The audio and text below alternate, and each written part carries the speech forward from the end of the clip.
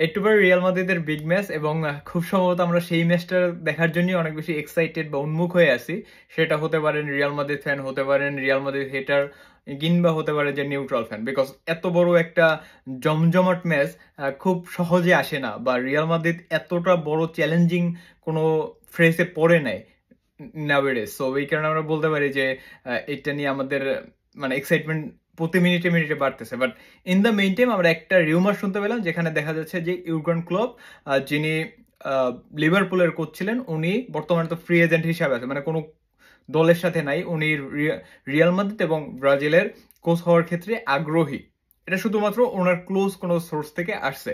So এটা যখন publish হয়েছে, রিয়াল মাদ্রিদ ফ্যানরা এটা নিয়ে কি চিন্তা করবে, তাদের অলরেডি এখন ওই যে টাইটেল বাঁচানোর রেসটা চলতেছে, সুতরাং তারা এটা খুব একটা মাথা ঘামাবে না, এটা খুব স্বাভাবিক বিষয়। হয়তোবা তারা মাথা ঘামাবে যখন দেখা যাবে যে কার্লো আনচেলত্তিকে দিয়ে হচ্ছে না, বা এই ম্যাচটাতে তারা যদি হেরে যায় বা পরের রাউন্ডে যদি থ্রো না করতে পারে, ওই আলোচনা তাদের পরে আসবে। But as a Brazil fan আমাদের কাছে কিন্তু কোচ সম্পর্কে তেমন একটা আপডেট বেশ কয়েকদিন ধরেই নাই।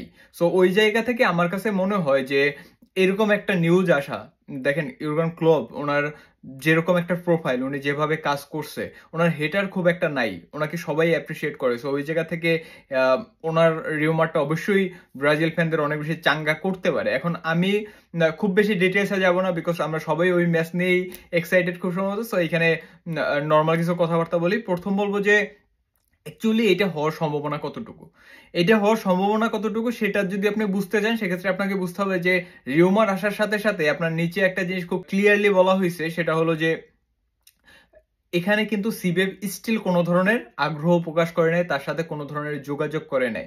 আমরা জানি কার্লোর সাথে যোগাযোগ করছে, আমরা জানি জেসুসের সাথে যোগাযোগ করছে, আরো কিছু অল্টারনেটিভ কোচ তাদেরকে আগ্রহের কথা সরাসরি হয়তো বা জানাইছে। সিবিএফ এর তরফ থেকে তাদের সাথে যেমন যোগাযোগ করা হয় নাই, এট দ্য সেম টাইম আমাদের এই ক্লাবের সাথেও কিন্তু কোনো ধরনের যোগাযোগ হয় নাই। সুতরাং আপনি ধরে নিতে পারেন যে স্টিল এটা রিউমার, এটাকে বাস্তবায়ন করার জন্য যতগুলো স্টেপ দরকার সেগুলো এখন পর্যন্ত শুরু হয় না। এটা হলো নাম্বার ওয়ান। সুতরাং আপনি বুঝতেই পারতেছেন সম্ভাবনার জায়গাটা এখনো কিন্তু অনেক দূরে। আমরা যেখানে চিন্তা করতে একটা রিউমার দেখেই তো আমরা বলতে পারি না যে অমুক কোচ হয়ে যেতেছে। আমরা কিন্তু রেগুলার বেসিস একটার পর একটা রিউমার দেখতেছি, কিন্তু আলটিমেটলি ফ্রুটফুল কোনো রেজাল্ট কিন্তু আমরা পাইতেছি না। সুতরাং ক্লব এখনো মানে কোচ হওয়া থেকে বহুত বহুত গুণ দূরে। এটা হলো প্রথম কথা। এখন আসেন যে আসলে এই কোচটাকে ব্রাজিলের এই মুহূর্তে বিবেচনা করা উচিত কিনা।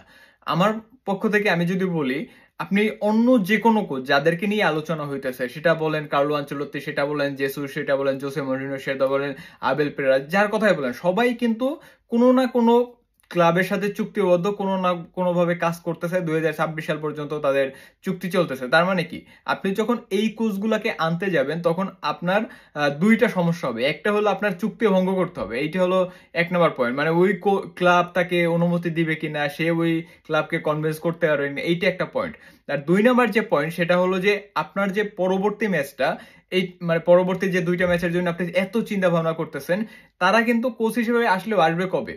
মের একদম শেষের দিকে। কজ আপনারা যদি দেখেন রিয়াল মাদ্রিদ কিংবা আল হিলাল সবারই কিন্তু মেয়ের, আমি যদি ভুল না করি, 26-27 তারিখ পর্যন্ত ম্যাচ আছে। আপনি তার পরবর্তীতে তাদেরকে পাবেন। তার মানে তারা ওই দুইটা ম্যাচের জন্য আলটিমেটলি নিজের দল হিসাবে ব্রাজিলকে চিন্তা করে কোনো দিকে আগাইতে পারবে না। তারা হয়তো চিন্তা করবে কিরকম যে আচ্ছা আমি এই আল হিলালের দায়িত্ব নিতেছি, এইটার সাথে সাথে আমি ব্রাজিল দল নিয়ে একটু চিন্তা ভাবনা করতেছি, এই অনুযায়ী আমি একটা টিম দিলাম, এই অনুযায়ী তারা দল ঘোষণা করলো। তার মানে হিসাবটা দাঁড়াইতেছে এরকম যে আপনি তাদেরকে হয়তো বা পরবর্তী দুইটা ম্যাচে পাচ্ছেন, বাট তাদের কাছ থেকে ওই দুইটা ম্যাচের যেরকম একজন কোচের দায়িত্ব থাকে, সেই দায়িত্বটা তারা পালন করতে পারতেছে না।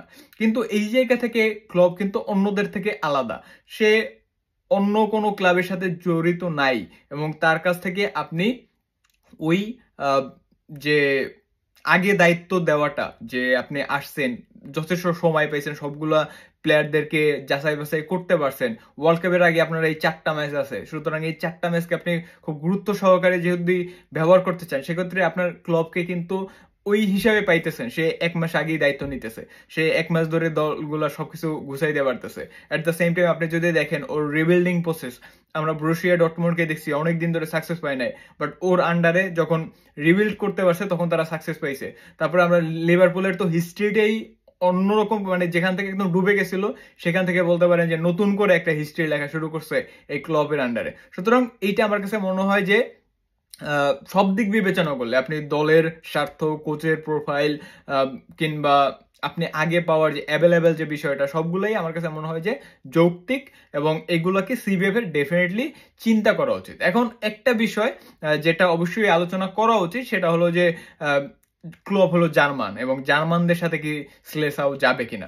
আমার কাছে যেটা মনে হয় সেটা বললাম শুরু দিকেই, যে সম্ভাবনার জায়গা থেকে এই জিনিসটা ডিলটা হওয়া অনেক দূরে, অনেক দূরে। বিকজ আপনি যদি চিন্তা করেন যে ক্লপ একজন জার্মান কোচ, সে একদম ব্রাজিলের দায়িত্ব নিয়ে ফেলছে, ব্যাপারটা এত ইজি না। বিকজ জার্মান ট্রেডিশন এবং সেলেসাস ট্রেডিশন দুইটা ডিফারেন্ট। দেখেন, আমি শুরু থেকেই বলে আসতেছি, ব্রাজিল যাদেরকে টার্গেট করতেছে, আইদার তার ব্রাজিলের সাথে কাজ করার অনেক দিনের অভিজ্ঞতা আছে, অথবা সে পর্তুগিজ, দুইটার একটা। পর্তুগিজ তারাও স্লেসাও, ব্রাজিল যারা তারাও স্লেসাও, সো তাদের ট্রেডিশন অনেকটা সেম। ইতালিয়ানদের ভিতরে আপনি যদি চিন্তা করেন, কার্লো আনচেলত্তি, সে দীর্ঘদিন ধরে ব্রাজিলিয়ানদের সাথে কাজ করতেছে, সে এই বিষয়টার সাথে ইউজ টু, সুতরাং এই কারণে তাদেরকে বিবেচনা করা হচ্ছে। বাট ক্লবের যে জায়গাটা, সেটা হলো জার্মান। দুইটা পুরোপুরি আলাদা বিষয়, দুইটার ট্রেডিশন আলাদা। স্লেসারও যেরকম সাম্বা ফুটবলটা খেলতে পছন্দ করে, সেখানে আপনার জার্মানরা প্রেস করতে পছন্দ করে, তারা হাই প্রেসিং ফুটবল খেলবে, তারা তাদের মাইন্ডসেটটাই একটু অ্যাগ্রেসিভ থাকে, যেখানে ব্রাজিলিয়ানরা নর্মালি একটু সুন্দর ফুটবলের দিকে বেশি আগায়। কিন্তু আমার কথা হলো, আপনি যখন বুঝতে পারতেছেন যে আপনার ট্রেডিশন আর কাজ করতেছে না, আপনার ওই সাম্বার নাই, আপনি যে জাগো বনিতোর কথা বারবার বলতেছেন ওইটা আর ক্লিক করতেছে না, আপনি এখন ইউরোপের দিকেই যাইতে চাইতেছেন, আপনি মাইন্ড সেট করে ফেলছেন ইউরোপের কোচ আনবেন, সেক্ষেত্রে আপনার ওই জাগো বনিতো থেকে বের হয়ে এসে অন্য একটা ট্রেডিশনকে আপনি যদি ঢুকান, এখানে খুব একটা তো আমি খারাপ কিছু দেখি না। বাট সবকিছুই আসলে সিবিএফ এর তরফ থেকে সিদ্ধান্ত নিতে হবে। বাট আমার কাছে মনে হয় যে স্টিল ক্লপের যে একটা রিউমার আছে, এটাকে সিবিএফ এর কাজে লাগানো উচিত, যদি অন্য কেউ অ্যাভেলেবেল না হয়। এখন ক্রিটিক্যাল মোমেন্টে গিয়ে পরের দুইটা ম্যাচকেও মিস করার কোনো যৌক্তিকতা নাই। আপনি যদি শেষ পর্যন্ত মনে করেন কার্লোর জন্য ওয়েট করতেছেন, পরের দুইটা ম্যাচ মিস করলেন, তারপরে পাচ্ছেন না, কিংবা জর্জ জেসুসকে আপনি পরের দুইটা ম্যাচে খুব ভালোভাবে পাচ্ছেন না, তাহলে আমার কাছে মনে হয় ক্লপের দিকে যাওয়া ব্রাজিলের জন্য এই মুহূর্তে সব থেকে সহজ এবং সব থেকে ভাইটাল একটা সিদ্ধান্ত হইতে পারে। So that's it. সবাই ভালো থাকবেন, সুস্থ থাকবেন। আল্লাহ হাফেজ।